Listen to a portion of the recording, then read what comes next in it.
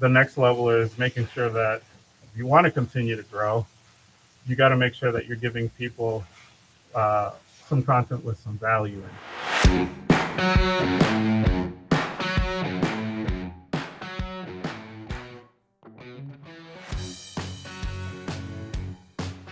Welcome to another episode of the Collision Vision, driven by Auto Body News. As always, I'm your host, Cole Strandberg. Collision repair is becoming more technical every year. New materials, more sophisticated joining methods, advanced measuring systems, changing OEM procedures, and increasingly complex vehicles have raised the bar for what it means to perform a proper repair.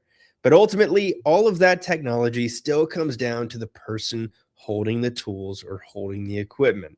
Today's guest is Juan Carlos Gasga Perez, owner of Premier Auto Body and the technician, educator, and influencer behind Auto Body Strong all across your social media. Juan has built a massive following by doing something relatively simple, showing the industry and far beyond what great collision repair looks like in the real world. We'll talk about his journey from technician to shop owner, how Auto Body Strong became an educational platform for technicians and fans around the world, and what he's learned by putting his work in front of such a large audience. We'll also get into the technical side, from structural repair and measuring to welding, equipment efficiency, and what it takes to perform today's increasingly complex repairs in the right way. And finally, we'll look ahead at the technician of the future and how better training, better tools, and maybe even social media can help us build the next generation of collision repair professionals. Because as sophisticated as vehicles and technology become, great repairs still depend on great technicians. Enjoy the show. Juan, thank you so much for joining us here on the Collision Vision. Hey, Cole, so happy to be here. Definitely excited to talk to you guys and talk to your audience.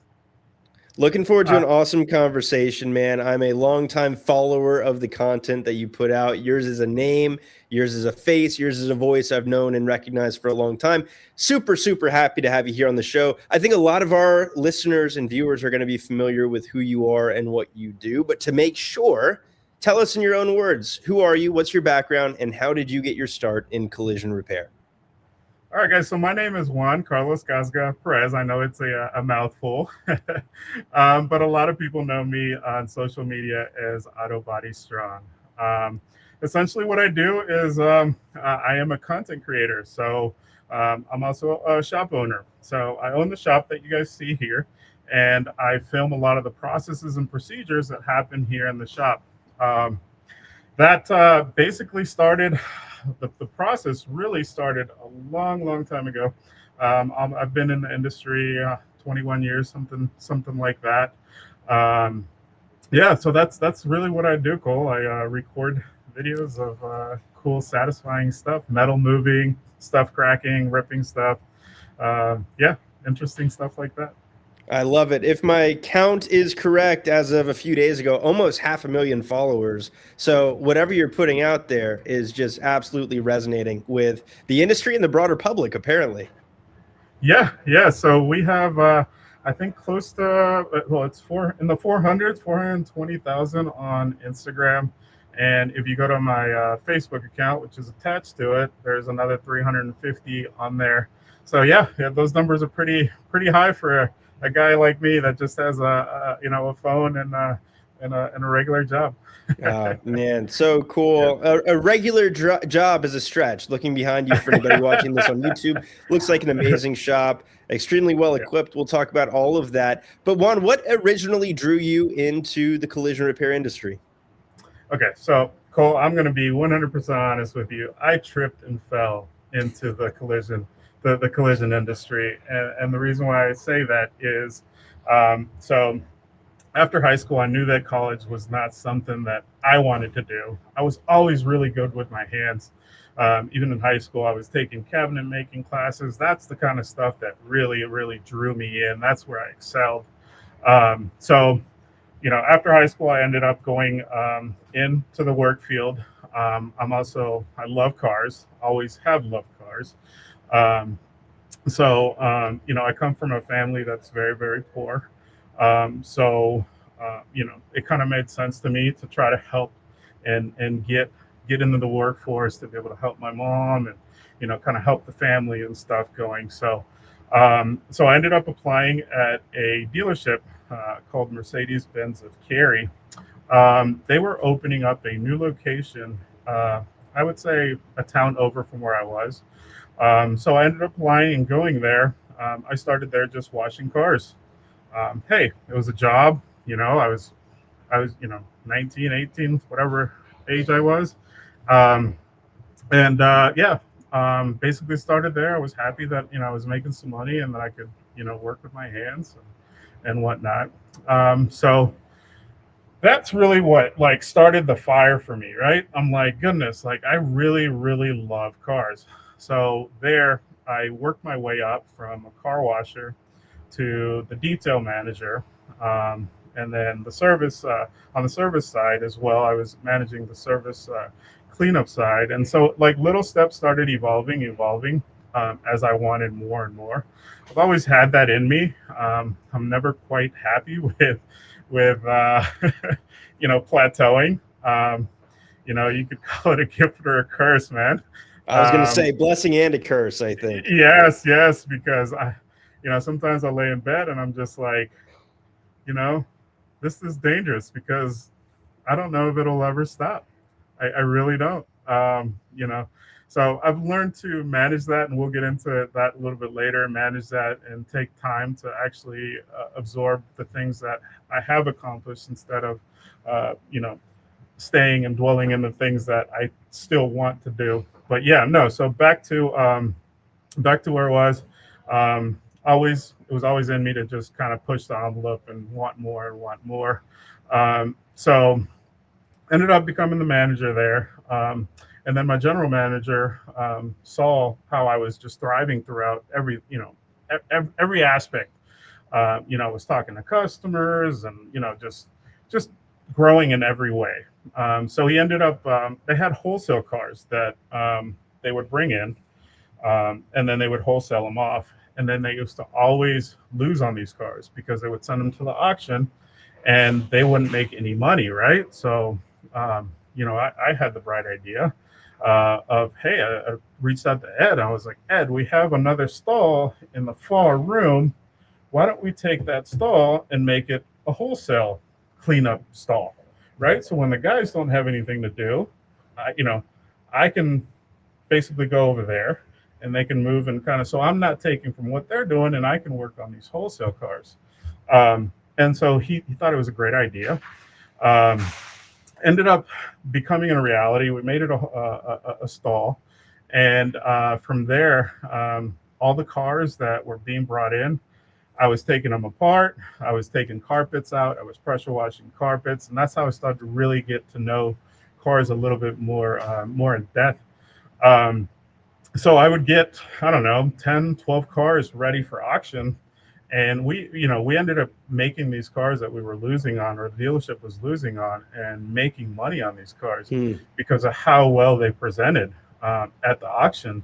I mean, we would go as far as I would go as far as putting a Carfax on the windshield, and I had a banner made that said, "Prepare vehicle prepared by Mercedes Benz of Cary," right? And it had a Carfax, and so these cars were bringing in money, and then Ed's like, man, like, hey, this is good stuff, right?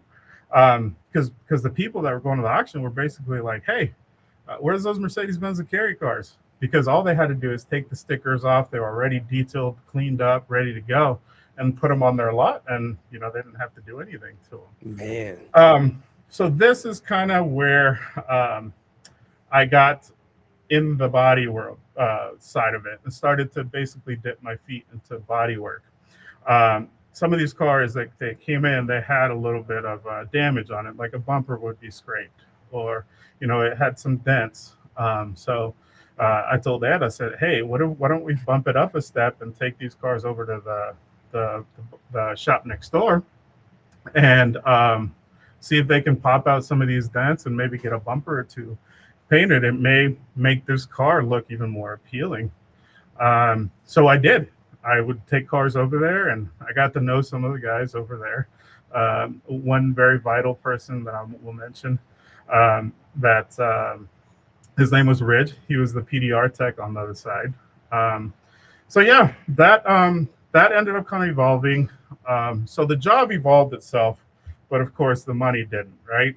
Um, so the money wasn't there for all the things that we were doing. I was having to spend a lot of time away from home. I was actually flying to Florida to buy auction cars. I would talk to the um, the salesman, I'd be like, "Hey, Bob, like, what kind of car are you looking for?" He'd be like, "Oh, give me a S500 Designo edition. I got a customer on one," right? So I would go to Florida, and I had in my head, I'd be like looking for these cars, and I'd try to find these cars for these guys and bring them back.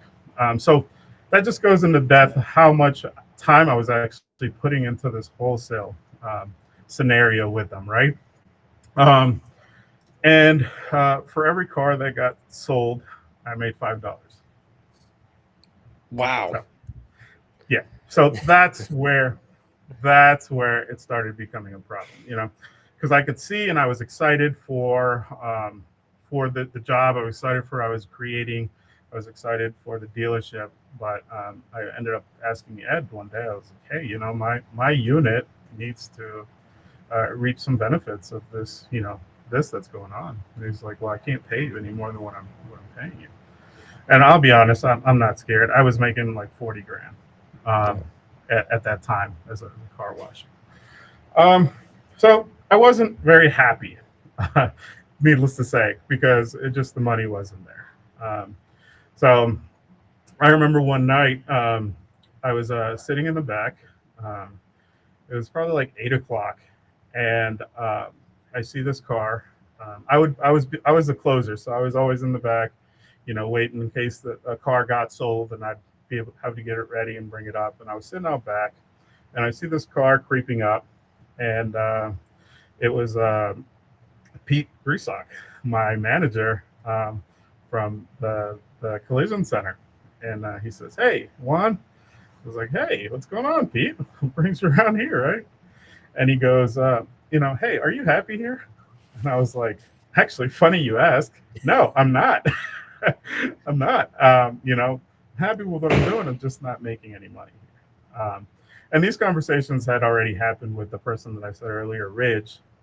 Ridge knew how much I wanted this, how hard I was working, and basically he told Pete, like, "Hey, there's a really good detailer, right on the other side there, and you need a good detailer. Like, maybe you should bring him over here. He can maybe make more money over here, and he'd be a good asset Right for the on. team." And so Pete ended. He's like, "Let me take you to lunch." So we went to lunch the very next day. He made me an offer. I was like, "Yeah." It was more than what I was making, and I was like, "And I don't have to do any of this. I don't have to worry about wholesale cars. I don't have to worry about people showing up to work and none of this stuff, right?" Um, and so yeah, I ended up taking the job there, um, and basically did the same thing there. I worked there for about 2 years, I think, washing cars, and ended up making doing all over buff jobs on some of these cars, and I would get 20 hours for these all over buff jobs. So I made that job in itself make more money, and that's where I got the taste of uh, getting paid for what you do, kind of thing. Or the harder you work, the more money you make. And I was like, "Dude, this fits me." Like, you know, like Looking back too, it has to feel so clear that entrepreneurship was in your future. Did you feel like an entrepreneur? Did you ever have that calling at this point, or did you just not know what you didn't know yet? I did not know what I did not know. But yes, this will kind of go into the second part here once I start talking about the body shop, and I'll tell you about how I ran my corner, right? With my Once I got a writer and I had a painter and the cleanup guy, and how I kind of ran my niche, right? Like, I used to bring them breakfast every Friday, take care of my team. So like those little things started kind of, it made sense from there, right? So let's rewind back to I got hired as a car washer at the body shop. So back and forth, and I'm looking at these guys and I'm seeing what they're doing and tearing cars apart, and I'm just like in awe. I'm like, oh my god, I really want, like, I love this stuff. Like, one minute you walk by and the car's in pieces, a week later you walk by and that car is like put together. I remember the first time I saw a quarter off of a car, I was like, what's up with that, right? I walked by and then, like, wow, like, that's not the same car, right? I didn't know that you could cut quarters off and, like, all this stuff. um so just completely intrigued. So I ended up becoming really good friends with a guy by the name of Jeff. He was a older guy. He would come into work at 5 o'clock in the morning every morning, and so I used to go into work early, right when he showed up, just to watch him. I was like, "Hey, do you mind if I just watch you?" He was kind of like a little rough guy, so I'd be like, "I don't care, do what you want," right? Every shop has that, right? It has that one guy. I don't give up, blah blah blah, right? What you do? Don't ask me. I don't care, right? I was like, okay, well, I'm gonna show up. So I ended up showing up a couple times and watching, and that kind of started evolving into I would show up, I would help him put a bumper on because it's 5 o'clock in the morning, nobody else is here but me, and you want to put that car together, so whether you like it or not, you're gonna ask me to help you, and I'm gonna help you, and I'm gonna be happy about it, right? Um, so that was my tactic in, right. So did that for a long time, and then when 8 o'clock would come by, I would go back into the wash bay and wash cars. So from 5 o'clock to 8 o'clock, I was in there trying to get my feet wet, my feet in the door. And it progressed where I started putting bumpers on, building doors and stuff like that for him. um, and then basically after that, he reached out to the manager and was like, "Hey, Juan is really really good at this. Um, you know, maybe you should give him a shot." And so around that same time, I pulled Pete, my manager, aside, and I was like, "Hey, what does it take for me to, like, get a shot in here one day?" And he's like, "Oh God, I knew you were gonna say this," right? Because Jeff had already told him. And he's like, "I just hired you, and I don't want to go out and look for another car wash guy and this and that." So he's like, "I'll tell you what, you find yourself a replacement, and I'll give you a shot in the shop." So I reached out to a buddy of mine. I was like, "Hey, dude, come on, man! Like, come get this job. It pays really well, right?" In the back of my mind, I'm like, I want to learn Yeah, this come stuff. on, come Come on, on. right? I'm recruiting. Right, right. So yes, that ended up happening. I remember Pete pulled me one off to the side one day, and he said, "Okay, I'm going to hire Zach, but if you don't make it in the shop, like, I'm not going to be able to fire him to put you back." And I was like, "Well, what would cause me not to make it in the shop? You know, like, what do you need from me?" He's like, "Well, I need hard work, dedication, you know." And I was like, "I'll roll the dice any day, right? On Yeah. that." Like, in my head, I'm like, "Well, if you're gonna ask me to, like, start going to all these different schools and taking all these courses, that's not gonna be me, because that's not what I do, right? But if you're talking about, like, work and hard work, yeah, sign me up any day." Um, so I ended up, doing that and started working with as a C tech, and then slowly working my way up. So fast forward, you know, 16 years later, I was a tech, and one of their top producers with one of the most regarded job appearances. Like, everybody wanted me to work on their cars and fix their cars.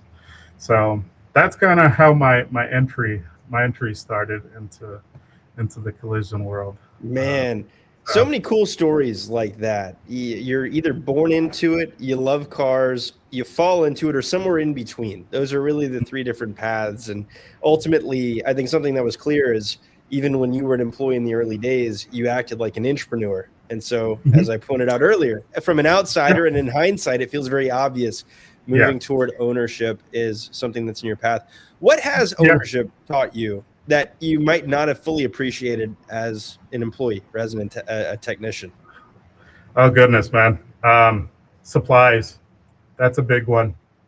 As technicians, we're not geared to worry about how much material we're using. I mean, your manager might say it here and there, like, "Hey, don't waste my materials," but then he walks off, and it doesn't matter, man. Um, and not realizing how much these materials cost. You know, a lot of money is wasted in body shops with open containers and seam sealers that are left open and people grabbing something. So one of the or even like keeping my repair small, before, where it didn't really matter to me, like we got blend, I can go all the way, it doesn't matter, right? Like your painter might cry about it, but it's hey, you got a blend door, I can go as far as I want with this repair. But now owning the shop, realizing that the importance of keeping your repairs small, because you're going to get paid basically the same no matter how big that repair is. So you're saving on primer, you're saving on, um, you know, all your materials that go into it. Um, and so if you look back here, one thing you'll never see in any one of my shops is cabinets. There's no cabinets up on the wall.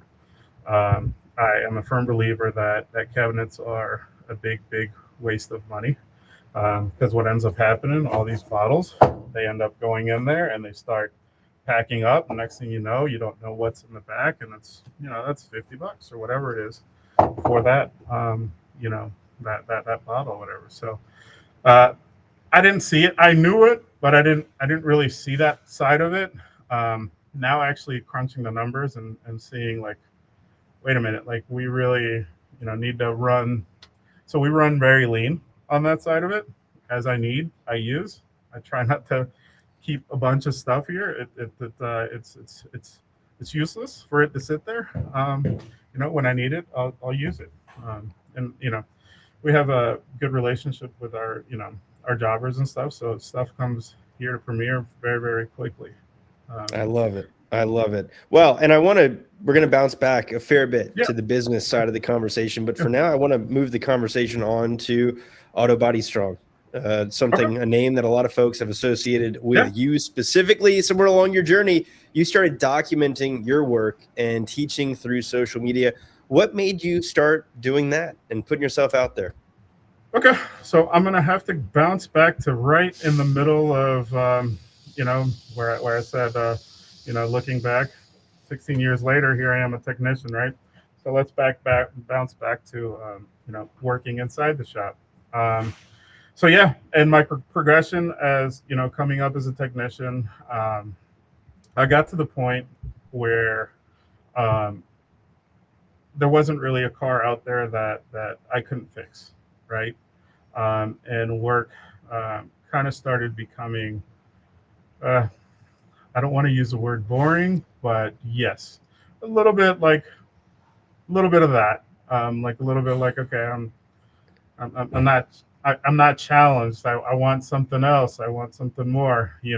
I felt like I'd kind of gotten to that spot where literally I was being at times being accused of not putting rear bodies in cars, because they'd get re-inspected, and seam sealer looked literally exactly like it did, and it was like, he's fixed that.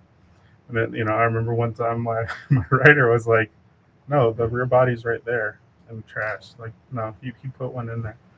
And so I was like, you know what, I'm tired of being accused of this, because like this kind of sucks. It kind of hurts my feelings, right? So I started taking pictures of it, right? And kind of that's kind of where it started, but not really deep. It actually started with social media for me. Started with my daughters. They ended up seeing Instagram, and they're like, "Hey, Daddy, can we get Instagram?" And I was like, "What is that? I don't know what it is, right?" So here I go, get on the phone and look it up, download the app, and started kind of playing. I was, oh, this is pretty cool, right? So Auto Body Strong started off with a different name. Um, it was Get You Some. That's what it was, because that's what's on my license plate. Love it. So it started off as a page, that was for my car. So I'm a Volkswagen Audi enthusiast myself. So I have an older Audi A4 B6. For those of you that may know what that is, um, so it's completely modified. It's got a precision 5858 turbo on it, i.e., everything inside of it. So that's what it started off. I started documenting some of the stuff that I would do to my car, right? And so there was a show in Helen, Georgia called SOWO. Um, I went to SOWO, took my car, and I noticed everybody was taking pictures and hashtagging SOWO. And so I started kind of doing that, and I was like, I'm gonna take a cool picture of my car, right? And I got a cool car. It's all done up, and and I posted and I hashtagged for like the first time, hashtag SOWO, hashtag Big Turbo, blah blah blah. And I was like, oh wow, look, I got like 5 likes. you know um, and I remember coming back to my girls, and I was like, hey girls, look, I posted this video or this picture, and it got 50 likes. Like, that's cool, right? And they're like, no, no, dad, no, right? So it's kind of like one of those to me, like, oh, hold my beer. I'm gonna really go after this, right? I was like, there's something that I could start doing, which is document, like, some of the stuff that I do is really cool, like taking quarter panels off of cars. And so I started documenting that, and that really started feeding my. So I love psychology. I love understanding why people do the things they do. Why people walk the way they walk. Why it's another language that really just enlightens me, makes me want to learn more and more. So social media is very much like a battle of psychology, because you want to understand why people like the things they do. Why they liked one video versus the other. What was different? What caused them to hit that like button? Like, so I started like Mm. making videos, and it started also feeding my artistic side, right? Like making videos and like different angles and corners, and so it started just becoming like this big ball, right? And it also made work fun for me too, because I was putting, you know, taking videos and going back and adding songs to them, and that's kind of what caused it to start.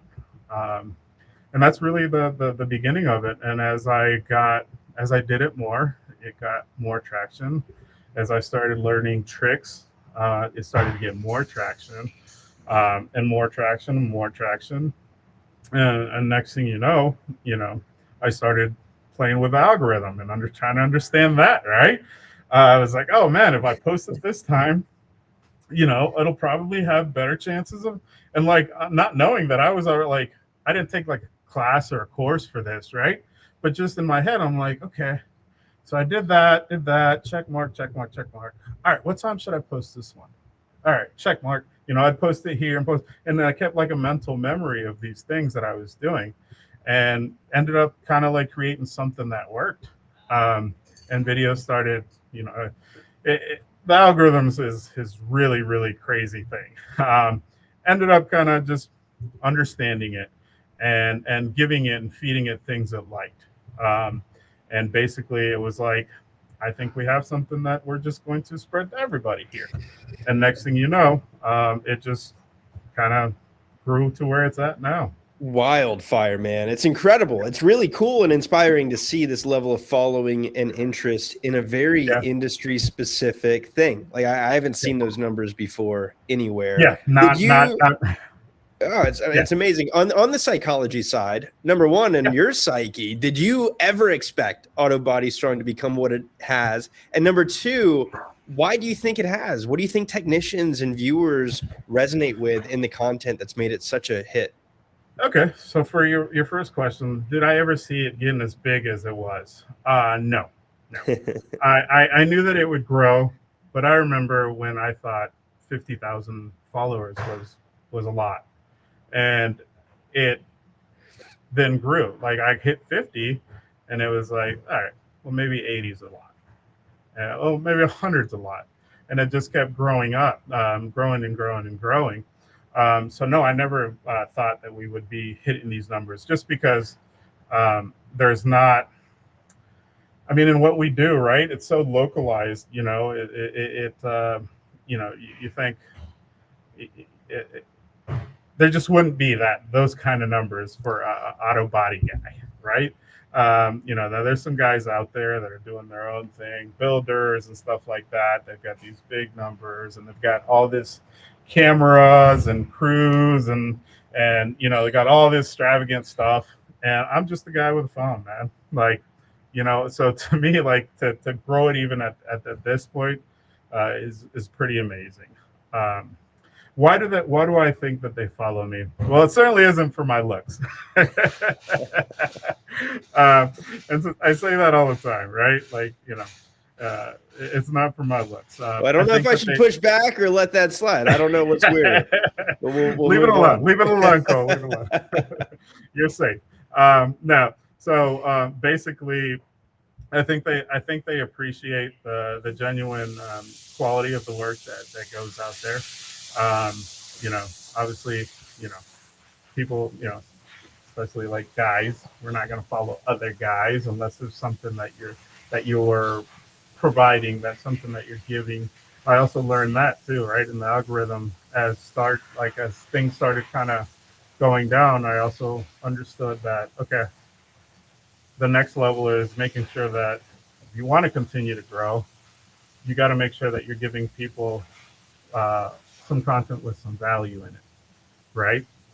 Because people want to get something out of, other than just the enjoyment. But like when you put a seam sealer video out there and you put, all right, I did it with this tool or did it use this, that's what people want, because then that's what will cause them to share that video to somebody else so that they can see, the name of this product, or how something is done differently.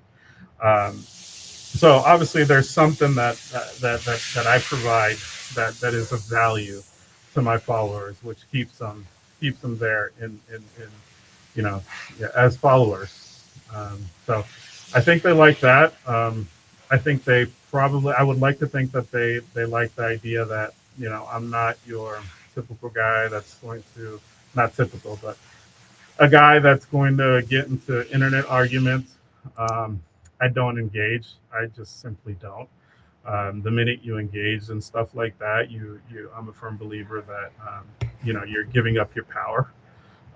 That's what people want. That's not what you get with Auto Body Strong. You get a positive person that tries to hold his head up high and do the best work that he can do with every opportunity that he gets. And I think people can appreciate that. I love it, man. It's an industry and a world that reaps negativity, unfortunately, right? Yep. That's society, I suppose. And for me, I can tell you're an optimistic person. I certainly am too. You feed on optimistic people and positivity, and that's certainly what I've seen for your content. Also, from your content, I've seen a lot of talk about doing things the right way. What does, when it comes to the technical side of the business, doing it right actually mean to you?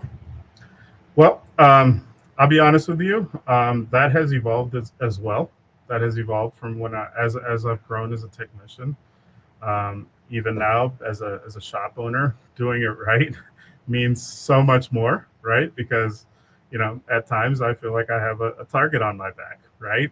There's a lot of people taking shots from every angle, every chance they would get to take a shot. It's like they're gonna take it. So what does a good repair? Proper documentation is definitely where it starts. If you don't have all the documentation, all the facts, something that you could stand on, something that's going to hold up in court if it ever goes down that road. I tell the guys, like, if it's something we're not sure about, like, we're okay with sending the car down the road.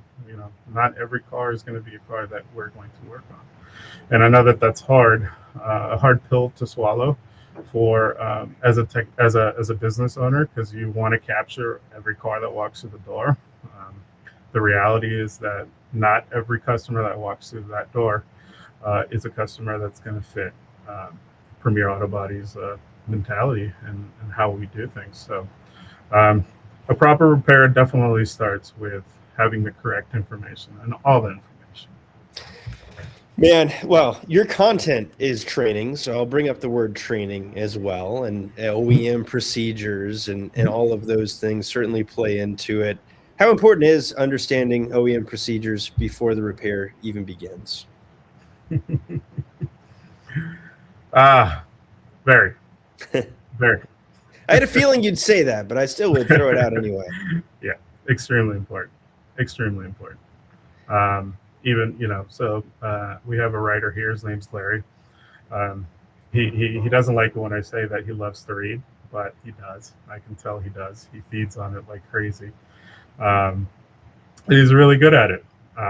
So, when he writes estimates, I tell him all the time, I should be able to come to you and literally ask you, hey, what welding wire are we using on this? Or, what kind of procedure, where are we cutting the seam in? Outside of me having the information here on my computer, I should be able to shoot those things at you, and he knows that and he understands that. So he typically does all his research up front. There's tons of stuff that you could capture there. Even as little as one-time use parts. You know, calibrations. What is required? Is there a safety inspection required? If so, what kind of safety inspection is required? You have different manufacturers that want and ask of different things from these different cars. So, yeah, a lot of time gets spent here at Premier up front doing that legwork up front. So, which in return, it is a lot of work up front, but it does uh, bring in you know profit with it because you're charging for all these things. You're charging for these things that a lot of times other body shops don't charge because they didn't take the time to look at what they were doing up front. It's jarring to me how much there is to know, and what you know is so constantly evolving. I sound like a broken record here on the Collision Vision, but a couple weeks ago I had some really sharp cats, Gerard and Fox, on from ADAS Calibrations of Hawaii, and I said something along the lines of, if you wanted an industry where you could come in and master it and never have to study again, we're the wrong industry. But these OEM procedures and the new vehicles, just so much change all the time. You're never fully read in. You're never fully an No, expert because it's a moving no. target.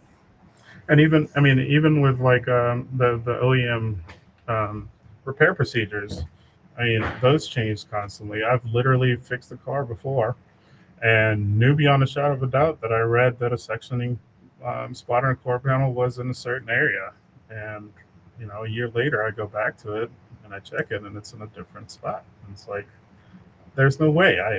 I know that I've done hundreds of them this way, and now it's moved. Now they're giving you actual measurements before they just give you a picture. Now they want you to go, you know however many millimeters from this spot to this spot. So like stuff changes constantly. So we always keep a record of the sectioning, the procedures that we did for that car stamped for that time because we know that is a potential change.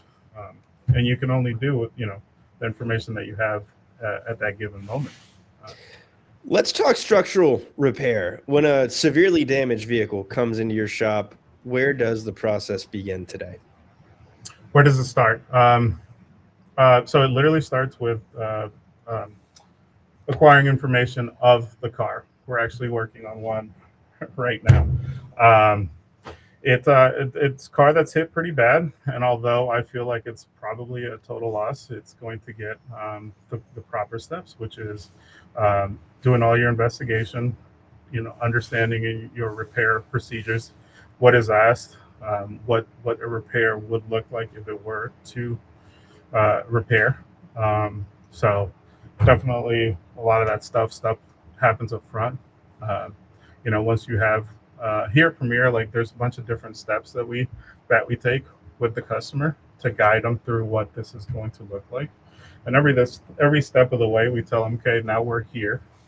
The next step is here. you understand and you acknowledge that, now we're going to have to tear down your vehicle, um, and then there's costs associated with it.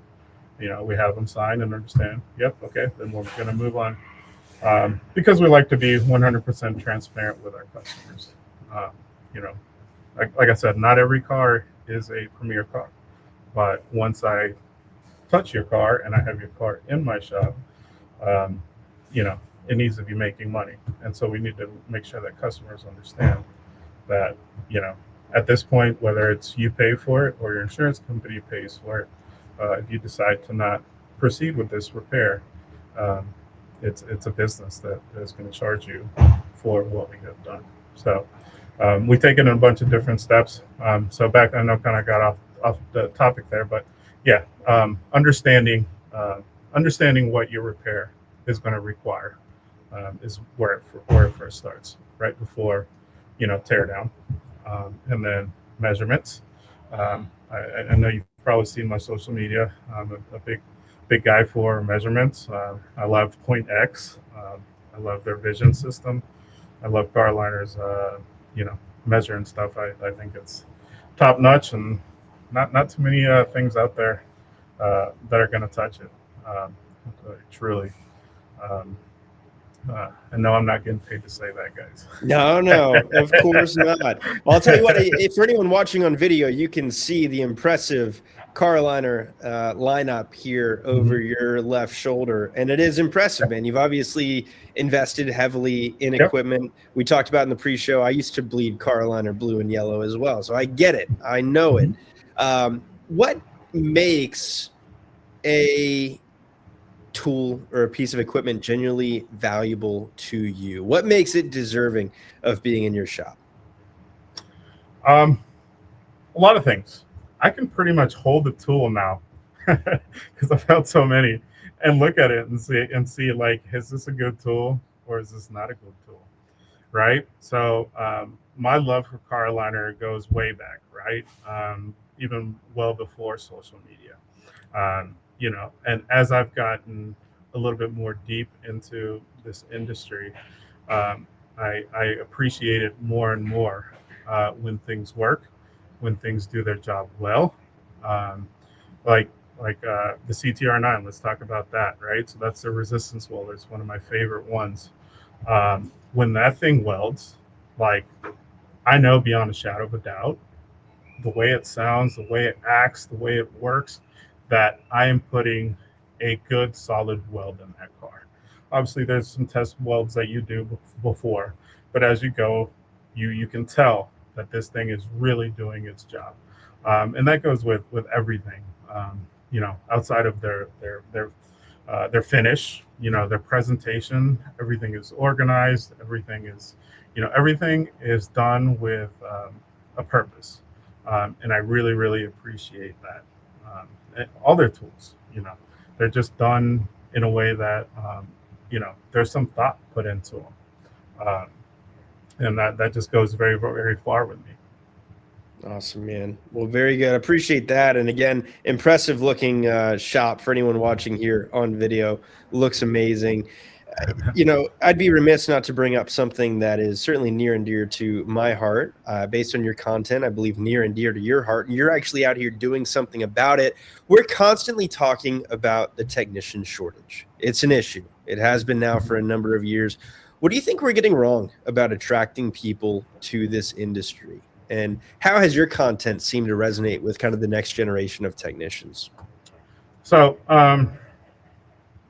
I've kind of bounced in and out of this idea, right? Of what are we getting wrong?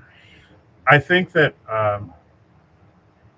we are getting people to come into the industry. I think what we're getting wrong is retaining people. I think because I get it all the time. I get messages from younger people that are like, "Oh, I'm starting in this industry, or I saw your video and it looks really cool, and I got into it." Um, it's what happens once they get into the shop where we're going wrong. We're not painting good outlines for, like, younger technicians that are saying, that you're telling them, hey, look, if you stay in this and if you work hard, you know, this is what this may look like. There is potential for you to make good money. There's potential for you to buy a home. There's potential for you to take this and make, really, really good money. I think that a lot of technicians are coming into the industry and shortly, seeing that there's something else out there for them that they want to try, because of just, the way that we treat technicians, unfortunately. Um, you know, there's a lot of the older technicians that are, don't want to help, or, are kind of at the end of their career, and so a lot of them have a lot of knowledge, and, you know, we're getting it wrong with the retaining of it. I don't think that we're getting wrong the actual bringing technicians in. I think you're onto something there, and I think that's right. I think we've seen maybe even an increase of technicians interested in pursuing the field, but it always breaks your heart when that's such a hard thing to get somebody to buy in and pursue, and then a bad experience or two drives them away, Doesn't and It it's does not take long, yeah. especially in the world that we live in, where we're not really. God, how can I say this in a way that? Hold Won't on, get me I'm in going to be. trouble. Yeah, I'm going to be authentic, and sorry if if you don't like it, but we live in a world where we want everything fast, right? So um, that means money fast. Well, the auto body industry is something that will make you money, but it doesn't come fast. And a lot of these colleges are telling these kids, "Oh, you can make all this money when you go in the body shop." So they're already geared to come into the body shop wanting to make $70,000 off the get. Well, when they realize that it's a lot of work, and it's not going to come overnight, um, they're out. Like, why am I going to deal with people, being rude or yelling or not wanting to teach or all these things, when, there's other things that I could be doing where I could get this money a lot faster. Um, so unfortunately, Instagram, it's in the word, Instagram. Insta, right You on. want it, you want it now. Um, and unfortunately, the the auto body industry is not something where money comes in overnight. At least not in my experience. It took me time to be able to make the good dollars, and unfortunately, well, for me, I fit the mold very well, where I was like, I'm just going to keep grinding. I'm just going to keep my head down. I'm just going to keep, you know. But for somebody who, maybe is like, well, I'll try this world. If not, I'll just go back to college and go be a IT guy or something like that. Yeah. That has that ability to just pivot and change roles. It doesn't take long to push people out. And you have a lot of people out there that are injecting a lot of negativity into this industry. Um, and selling a lot of you know poison, fear, that people Poison are like, sells, man. If you why, want to get why, up to why, 1 million followers, start getting real negative. It's a great way to do it. not here, brother. No, I believe agreed. I do kid. Well, and Yeah, it does. And this is an industry that is certainly and very publicly facing a number of headwinds, right? It's yes, challenging. It's a tough industry. yes, It's a tough market. And I made it you is. give a little tough love here to our Yeah. listeners right then. But I want to spin this and end and wrap up our conversation on a very positive note. What excites you most about collision repair right now? Um, the evolution of tools, um, that excites me. Um, you know, looking back 10 years ago, even 20 years ago, the amount of equipment that was out there doesn't even come close to what is out there now. So, you know, for me on the actual body side of it, it would be seeing what new creative things um, what these manufacturers come out with, and what these tool makers come out with. I mean, there's so many different things out there now. I see stuff all the time, and I'm like, oh, I want to try that, or I want to check that out, or I want to see that. How does that work? So that part of it excites me. On the ownership side, my shop's still a baby, so we're going in our third year. Um, so there's a lot of exciting things. You know, Playing chess. Um, you know, Having the ability to make moves as an owner and not have to ask for permission from upper management. That excites me. Being able to make changes on the fly and saying, okay, well, that didn't work. So let's try this and let's see how this works until we get it, solid to where, we're 100% with our processes and our procedures. Um, you know, it's, that definitely excites me. Man, I'll tell you, I joined the industry a little over a decade ago, and at the time, it felt sort of like the RO or the investment in new technology from the manufacturers was a little bit on cruise control. It kind of was the same thing it had been for a number of years prior. Over the next Mhm. decade, though, I could not agree more, man. You've seen a lot of R&D investment and some amazing new Mhm. pieces of equipment and tooling coming in there, and that's an amazing sign, I think, for the future Mhm. of the industry. Mhm. And excited to follow along with your baby of a shop's journey. Again, it looks beautiful, man, and I want to give a shout out. Where can people learn more about the Thanks. shop side of you? I'm sorry. Where can people find the shop? Tell us about the shop. So we are in Holly Springs, North Carolina. Yeah, our look up Premier Auto Body, and you'll be able to find us on Google. We're pretty strong on Google. I think we have in 3 years 130, 5-star Google reviews. So I'm very, very proud of that. I love, hearing the stories that people put on there. So make sure you go on there and read those. They're awesome. It's a direct reflection of what I always envision our shop to be and provide, for our customers. So, but yeah, so Premier Awesome, Auto man. Body in Holly Springs. That's where you can find us. And Auto Body Strong on Instagram, and Juan Carlos Gasga Perez on Facebook.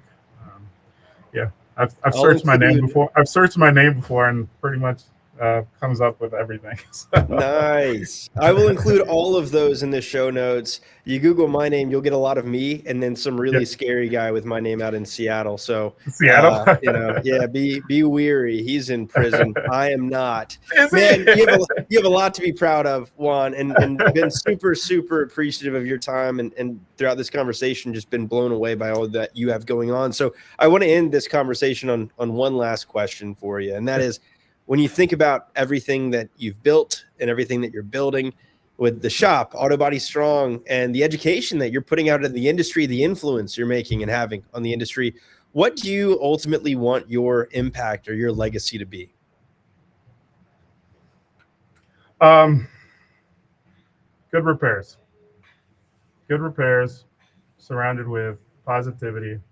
Um, you know, I don't want people to see Auto Body Strong as a negative guy.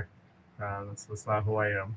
I want to see positivity. I want people to be able to look at uh, the auto body industry and say, it's not just guys that are rolling around in filler and bondo. There is some brains that need to be put up there to be able to fix these cars, fix them correctly. Um, so I hope that I can change. I think that was part of the social media thing too. Like I didn't like the view that people had of auto body technicians because I knew there was so much more. So I hope that at some point it's changed. Somebody, even if it's one person, change their view of what real auto body looks like. You know, with measuring vehicles, following processes and procedures, and welding, things like that. There's a lot more. There's a lot more education that is involved and goes into it, and training, um, than than one. one who just rolls around in the Bondo all day. So, Man, shine the light on the really good, positive, fun side of the industry. And that's something you do an amazing job of, Juan. Keep the pedal down, keep doing what you're doing. And we thank you will. so much for the great conversation and for joining us here on the Collision We, Vision. we will, Cole. Absolutely, dude. Thank you so much for having me. It was a great time. Thanks for hearing my story. That is all for today's episode here on the Collision Vision with Juan Carlos Gasga Perez of Premier Auto Body and Auto Body Strong. One of my biggest takeaways from today's discussion is that craftsmanship and technology are not competing ideas in modern collision repair. They've become and are further becoming inseparable. The best technicians aren't simply good with their hands anymore. They understand OEM procedures, measurement, welding, materials, technology, and the equipment required to put increasingly complex vehicles back together in the right way. And just as importantly, you got to be constantly learning. Juan has taken that philosophy one step further by sharing the process with an entire generation of technicians, potential technicians, or people who just look at cool things on the internet. And in an industry that spends a lot of time talking about the technician shortage, there's something powerful about showing people just how skilled, technical, and rewarding the profession can be. Thanks again to Juan for joining us and sharing his experience. And as always, if you enjoyed today's episode, be sure to hit that follow button, leave a review, and share this episode and others with someone in the industry. As always, on behalf of the Auto Body News team and myself, thank you for coming along for the ride.